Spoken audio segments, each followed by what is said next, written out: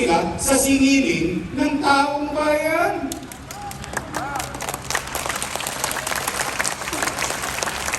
Yung gusto nilang usapan, pampolitiko lang ang makikinabang. Hindi naman makikinabang ang utaw ko.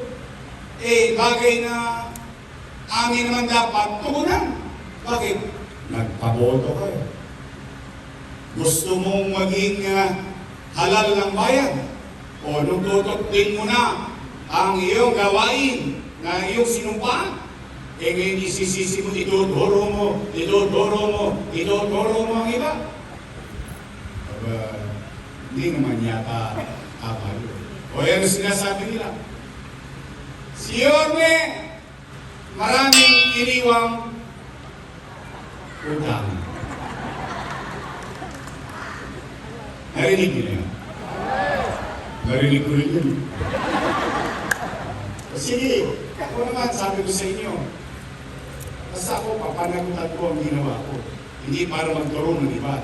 Aakuin ko because leaders, as a matter of universal rule, you have to owe things that you did.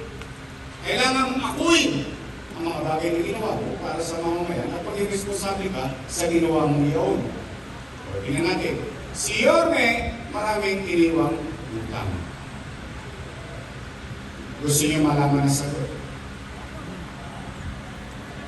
Dapat mo. Ayaw bakit? Pera niyo yun. Tay. Noong binoto ninyo akong mag-mayor, wala kayong narinig sa akin na tinuro ko ang nakaraan sa pinalitan ko na walang iniwang pera. Wala kayong narinig. Kahit magsiyasat kayo sa internet, hindi ko sinisi yung sinundan ko. Bakit? Tinanggal na nga ng tao, ibinigay na nga sa akin, kargo ko na ang lahat ng responsibilidad ngayon. Tama mali? Nagpaboto ka eh. Tama? Gusto mo mag-mayor eh. Tama? Pagka hindi mo na magawa, ituturo mo iba. Hindi yata tama yun. Ngayon, Nay, umaawa na tayo. Anong unang-una kong ginawa? Walang tosgas. Walang gastos ng pera ng tao bayan. Ano yun? Nilinis ko ang Maynila.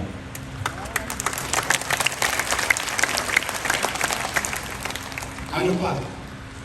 Habang natutulog kayo, naramdaman ninyo ang kapanatagan. Sa himbing ng inyong tulog sa peligro ni Ora, alam ninyo na sa likod ng isipan ninyo, sa kalsada, nandun pa si Yorme, may gobyerno pa sa lungsod ng Maynila. Ano? May tosgas ba yun? Alaws. Wala. Pagod, puyat, pagsisikap lang ang puhunan. Umaangat na tayo. Umaayos na tayo. Unti-unti, sumusunod na ang tao. Nasasanay na sa disiplina. Nasasanay na, nung una para bang, bakit ganun? Parang mahigpit. Nung kalamunan, unti-unti ang tao nag-participate sa gobyerno kasi naramdaman niya, ay hindi pala ito kabalat-bunga. Totoo pala ito. Seryoso pala ang gobyerno na ayusin at magbigay ng kapanatagan sa pamumuhay namin. Umaangat tayong ganyan. Eto na, tumama ang pandemya. Ano ang problema ng pandemya? Ang pandemya, winasak ang ekonomiya ng Maynila, hindi. Ng buong mundo. Wasak ang ekonomiya, walang hanap buhay. Walang hanap buhay, walang trabaho. Walang trabaho, walang pizza. Walang pizza, walang chicha. Tama mali? Pero, kayo na mga nangabuhay dito, kayo na lamang ang testigo ko, kasi yung iba'y patay na. Hindi ko nga sila mabugat sa ilalim. Kayo mga nangabuhay dito. kaya niyong sabihin at matangos ang ilong ninyong masasabi, tayo sa Maynila noong pandemya, walang nagutom sa lungsod ng Maynila. Buwan-buwan, may food box. Hindi pa nga nauubos yung food box, dumarating na naman yung food box. Tama ba rin? Kaya nga yung mga kagawad, chairman, nagtataka ako, bakit nalulo sila? Samantalang nung araw, sila pa ang tumatanggap ng food box. Alam nila, tingnan natin.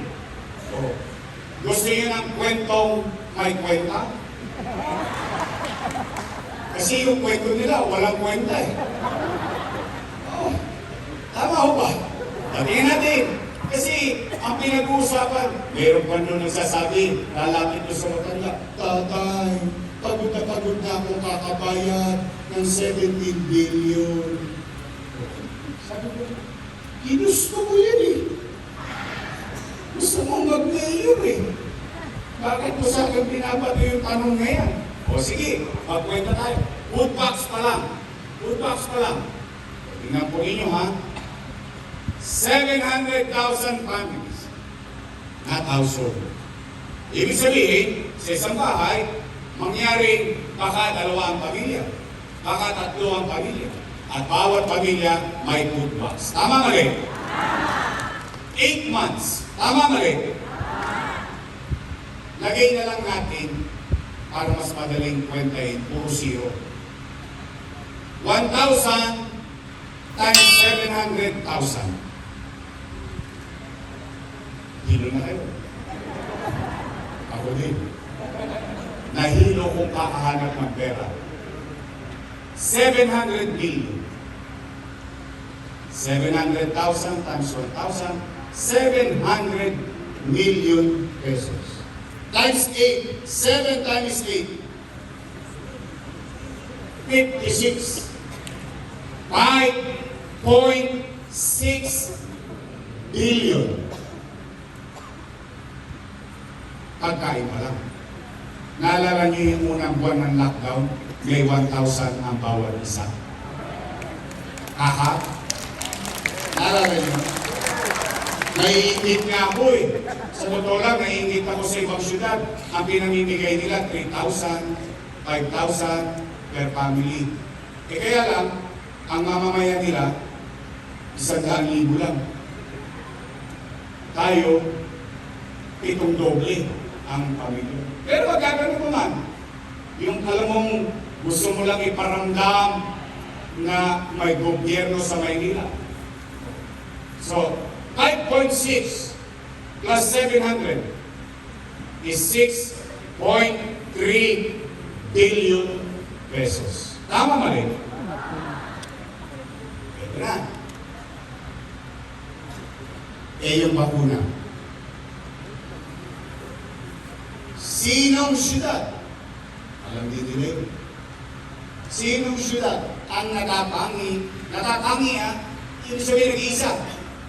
Ang tanging nakabili ng sarili niyang bakuna para mabakunahan kagad at maproteksyonan ang kanyang mamamayan. Syudad lang ng Maynila.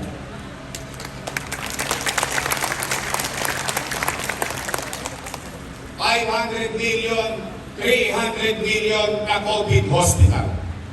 Remdesivir, Tocilizumab, Molnupiravir, 100,000, 50,000 ang isang piraso, mabuhay lang ang isang COVID patient na taga-lungsod ng Maynila. Face mask, face shield, yung sinusuot ng doktor, and so on and so forth. Storage facility. Ang pinag-uusapan pa lang natin, COVID-19. Kaya, ang matanong ko sa kanila, mali pala lahat ang ginawa ko. Bakit kayo pumirma? ngayon, mga nanay ko, tatay ko, kung ako'y mali, edi mali din sila. Tama ba? Si Chihuahua, sino ang majority floor leader nun? Correct. Galing mo na. Siya ang majority floor leader. Siya ang nagpasa ng mga appropriation program. Sino ang vice mayor ko no? Siya. Tama mali? O, yun yung COVID-19 pala. Condominium 1. Condominium 2. Beyond Dominium 1. San Lazaro Residence. San Sebastian Residence. Pedro Hill Residence. Ospital sa Baseco. 3 taon nang tapos. 3 taon na akong wala. 3 taon nang hindi pa bukas. Kung may kaibigan po kayo sa Baseco, ipagtanong po ninyo sa kanila. 3 years na po yan. Baseco Community Townhouses. San Lazaro Residence, Pedro Hill Residence, San Sebastian Residence.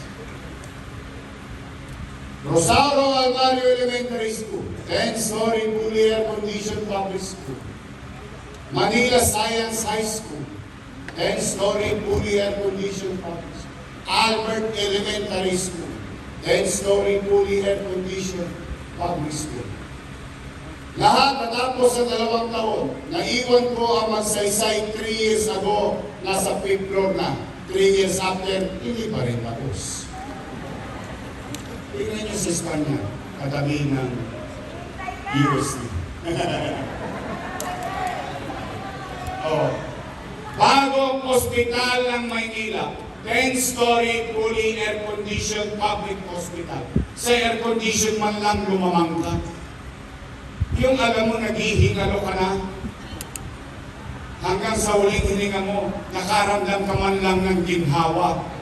Nakaparamdam sa'yo na yun natin tikman na may pera sa isang pribadong ospital ay matikman mo din. May CT scan machine, may MRI machine. Taas ang kamay na nakagamit na ng CT scan at MRI dito sa ospital ng Maynila. Parang wala. Ayun, 1, 2, 3, 4. At least thank you. May testigo ko, may MRI machine at CT scan machine.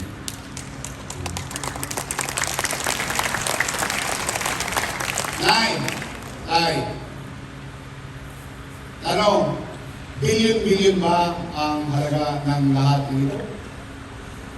Billion-billion? Ang pinagtataka ko, ngayon, nagkakating ribbon sila. Nagkakating ribbon. Ang sabi nila, sila daw ang may gawa niyan. Pero yung ipinagpagawa niyan, na inutang ko, kasalanan ko. Tama ba? Pagbigayan na, sila ang may gawa. Pero yung basihan kung bakit siya nagawa, ay kasalanan ko. Na nakakalungkot. Kaya po, mga nanay at tatay ko, kaya ako nalulungkot sa halalan ko. Mano ba? Hindi sana, ang sinabi niya lang nila kung ano ang ginawa nila sa loob ng 3 taon.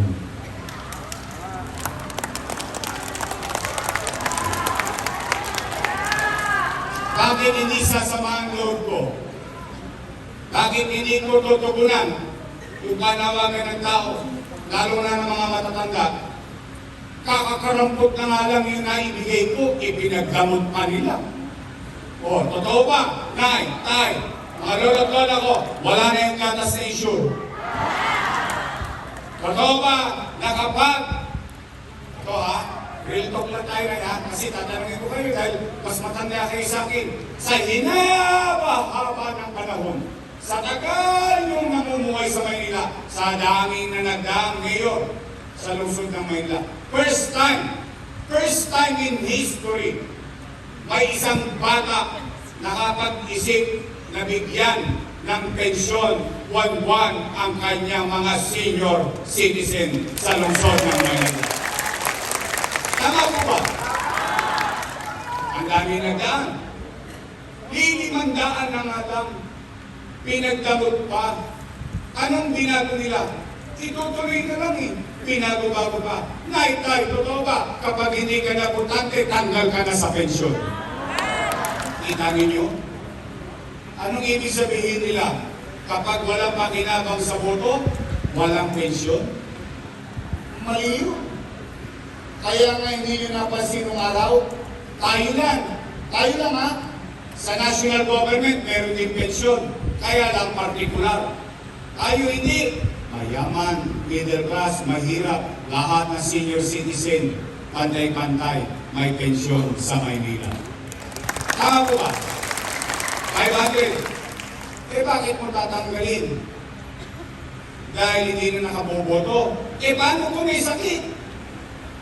Paano kung 6 na taon na nakahirati sa karamdaman, pero senior citizen, halimbawa namin nyo, tatay nyo, buhay pa, humihinga pa, tao pa, mamamayan pa ng lungsod ng Maynila, dahil hindi nyo lang mapakinabangan sa boto, hindi nyo nabibigyan ng pensyon. Wow! tatandaan din sila. Una-una lang yan. Mauna na sila. Di ba parang magbibigay ka na rin lamang, nakapananakit ka pa ng damdamin ng isa. Paano kung dalawa kayo mag-asawa? Dati-rati pa rin kayo tumatanggap, yung shady sakit ka, wala na siya matatanggap. Ang basihan, siniblihan ko ang basihan Ano sabi ko? Mayaman, middle class, mahirap, pantay-pantay, may pensyon. Tama mali? Mga nalagol ako. Totoo po ba na kapag wala ka sa araw ng payout, forbidden na yung pension mo? Wala na. Bakit nila binago-bago? Tingnan ninyo, anong ibig nila sabihin? Kapag wala ka, nga, anong gagawin ng mga matatanda ngayon?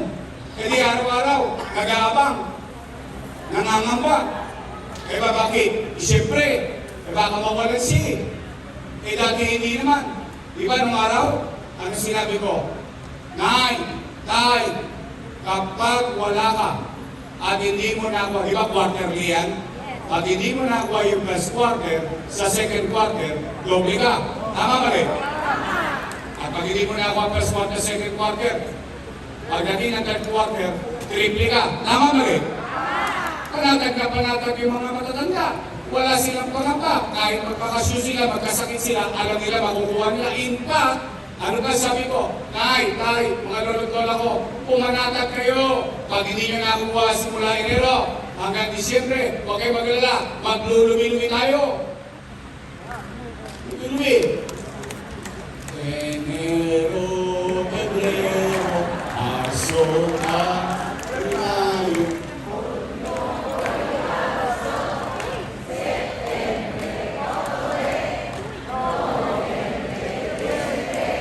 Lubi. Anong ibig ko sabihin? Yung matanda, panatag. Pagdating ng Disyembre, 6,000 siya. Tama ba rin? Kung dalawa sila matanda, 12,000. Ngayon, ano nangyayari? Sa takot ng matanda, siyempre, bigising ng aga. Alam naman mga matatanda, malalapot ang dugo niyo. Maaga na gigising yan. Pagkagising, saan niya pupunta?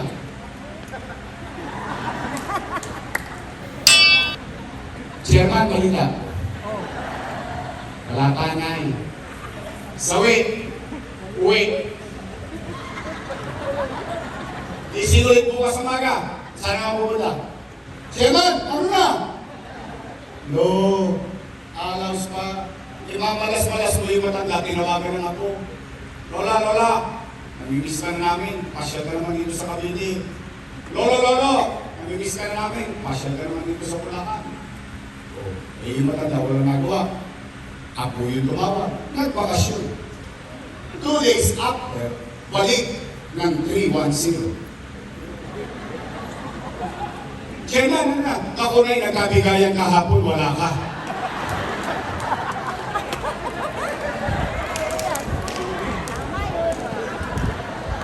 Hindi ba? It doesn't make sense Kapag gustong ibigay, maraming paraan. Pag ayaw, ₱5,000 pinagdadamot pa natin. Pero ngayon, Diyos ko, dinoble pa. Oh! Natanggap niyo na, no? 3 bulig. Enero, Febrero, Marso, 3 bulig dito. Meron pa yan. Oh, baka magkaroon ng Abril, Mayo pa yan. Kaya ako naman isip lang. Gusto pala nilang gawin 1,000. Sana yung pagkaupo nila, ginawa na lang 1,000. Bakit ngayon pa?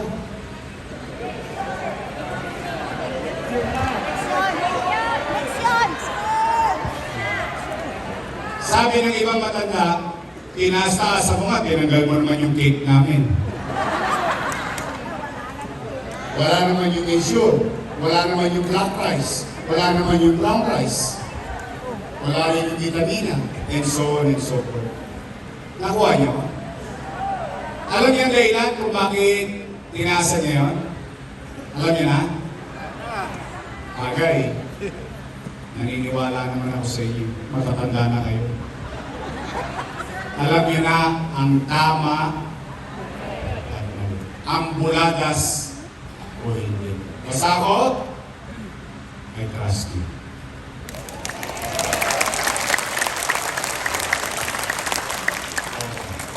Iho ba? O ngayon, halos lahat yun. Nagkukumahog sila.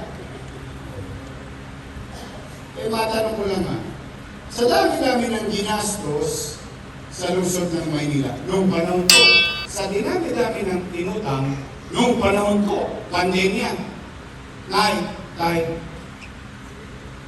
nakaraos ba tayo? Talaga?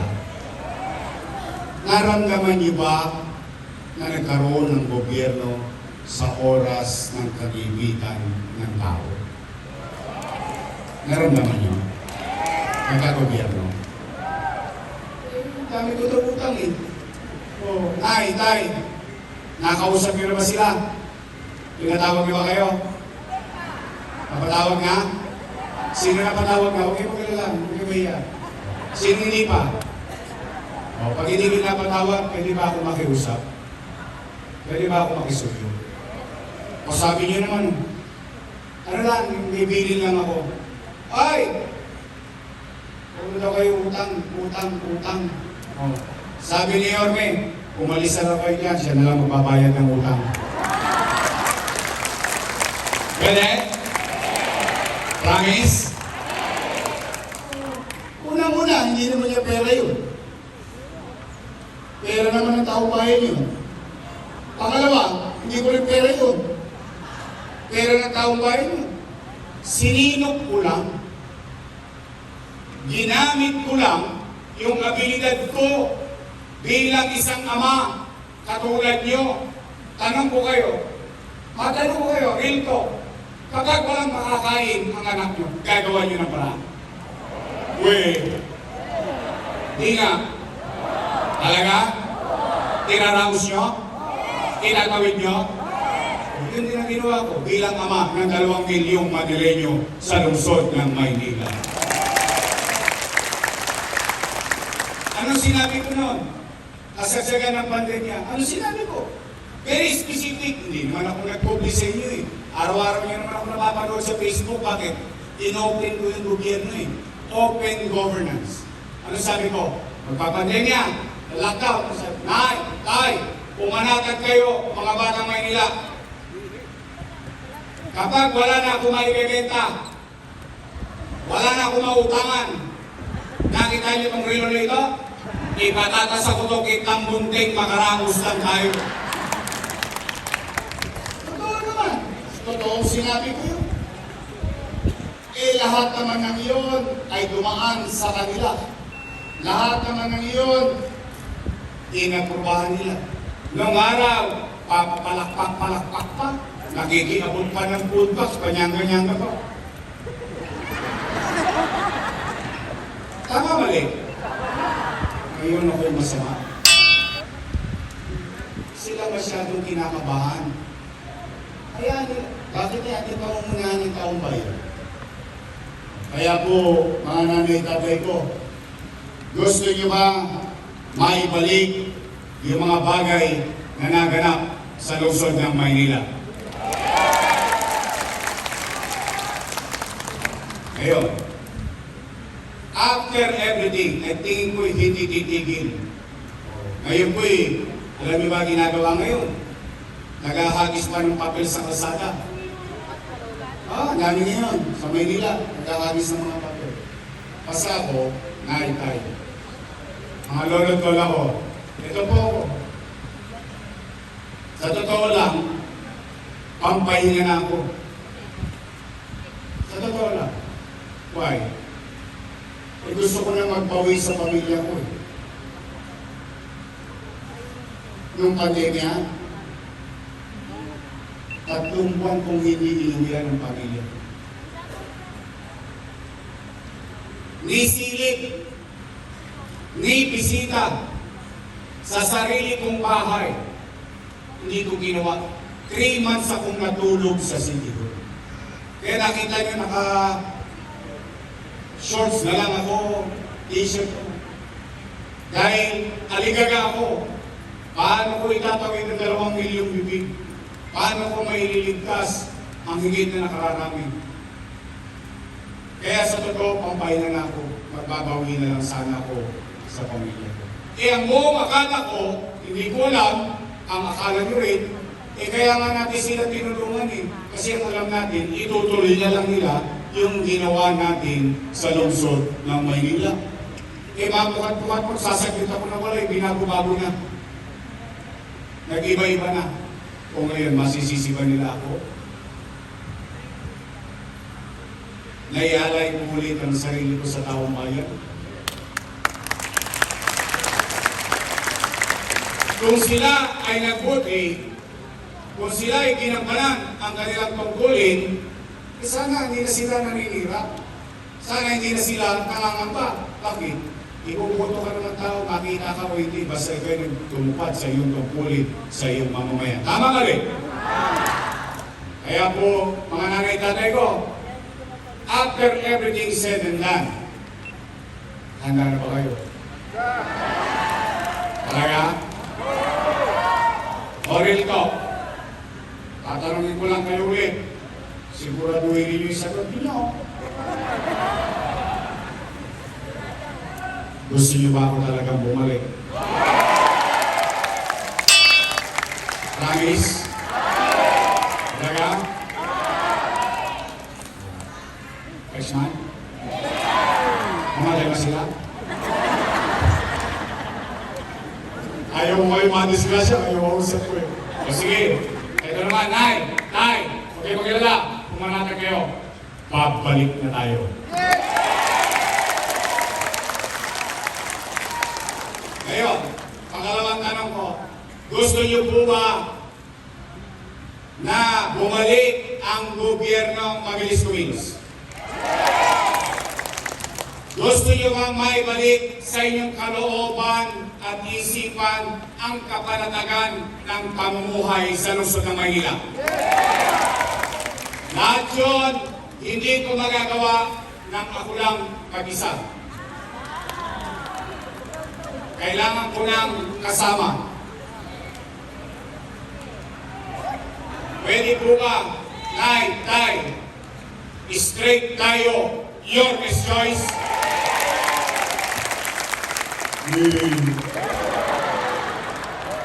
Kaya sabi ko, mag-iingat po. Kasi, baligtad na ngayon. Dati, ang politiko nangangako. Kayo ngayon ang nangangako sa akin. Sisigilin ko kayo. Pagtapos ng eleksyon, bibili ako ng bibilitaso. Titingnan ko yung creative kung may prueba ba. Straight, your best choice? Tay, malulutol ako. Total, 2 lang naman ang pagpipilian ninyo. 2 grupo lang. 2 lang. Una, your best choice. Matamis. Yung kabila, lady's choice.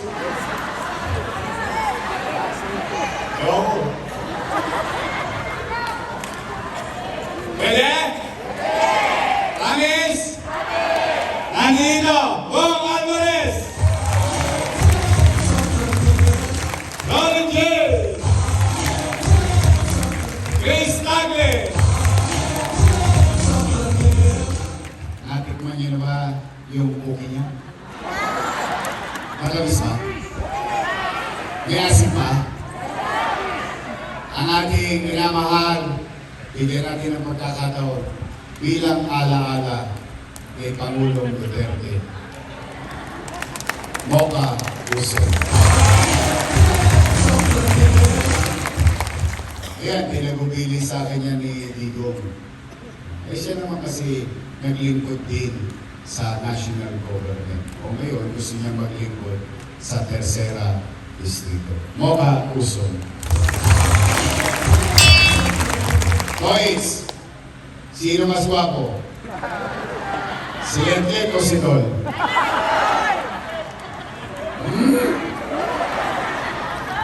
Sige, tingnan natin. Sama si Lentle. Si Lentle. Ayan. Taas ang kamay ng gwapo si Lentle! Taas ang kamay ng gwapo si Tol! Post na ka na. Matagal natin kasama. Uy, naku, swerte talaga, 3rd district. Ang ating kusyal, Tol Sargal. Nay, may gusto lang akong patiin nga pala bago ako magtuloy. Si Nanay Belen, dito ba yun? 92 years old.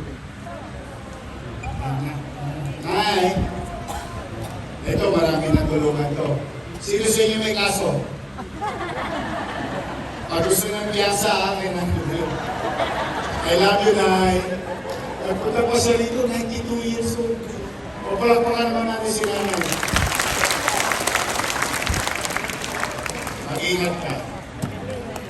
Thank you. O ito naman. O ito. Congress. Nay, we move on with our lives. Ibig sabihin, katulad ko, marami na akong pagkakagapa sa buhay. Pag tinignan yung tuhod ko, marami akong bakas ng nakaraan. Nung araw kong tawagin ay pakokang. Wala yung picture ganyan. But, kidding aside, hindi ko binibilang kung ilang beses ako nadapa. Ang importante sa buhay natin lahat, ilang beses tayong babangon. Tama ba? Yung inyong congressman, kung ako'y nakatulong sa kanya, pwede, I'm happy for him. Wala siyang maririnig sa aking masama. Good for him. Napagtagumpayan niya ang pangarap niyang karera. Kung ako'y naging bahagi, maliit man o malaki, noon masaya ko para sa kanya. Ngayon, kung siya'y tumigas na ang leg niya, wala naman ako magagawa doon. Dahil ang paglingon, wala sa nagbigay, kundi sa tumanggap. Tama ba? Ngayon, nandiyan yan. We move on. Kaya natin busy siya sa impeachment. Kaya natin busy siya sa Quadco. Ang gusto kong congressman, yung busy kumakatok sa bahay na nangangailangan sa Tercera Distrito. Matanong ko lang po kayo, anong uri ng congressman ang gusto nyo? Sikat sa Kongreso o sikat sa puso ng tao dahil nakakalapit nila, dahil nahawakan nila, dahil nakikita nila, Dahil nararamdaman nila kapag nangangailangan sila. Yun ba ang gusto nyo? Sigurado kayo? Promise? O ngayon, palitan na natin yun. Move on tayo sa buhay. Pwede ba? Ang susunod nating congressman ay si Apple Nieto.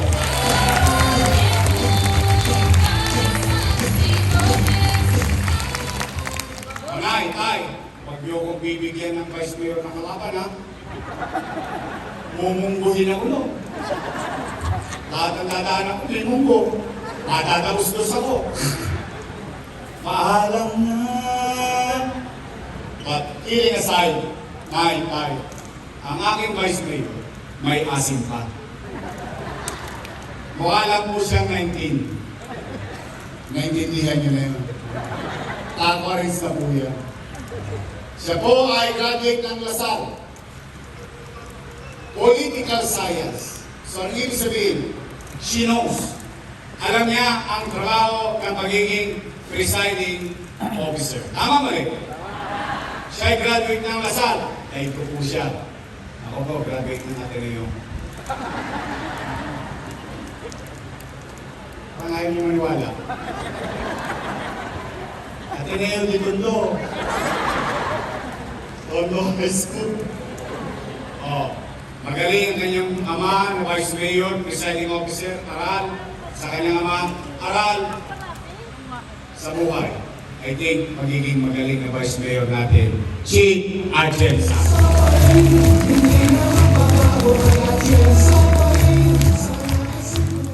Talaga, straight kayo. Your next choice tayo. May pagbigay niyo na ako dito, basta dito, pagka may naligbok dito at nagtotolo-tolongis, huwag kayong mag-alala. Ako na papalo sa kwet nila.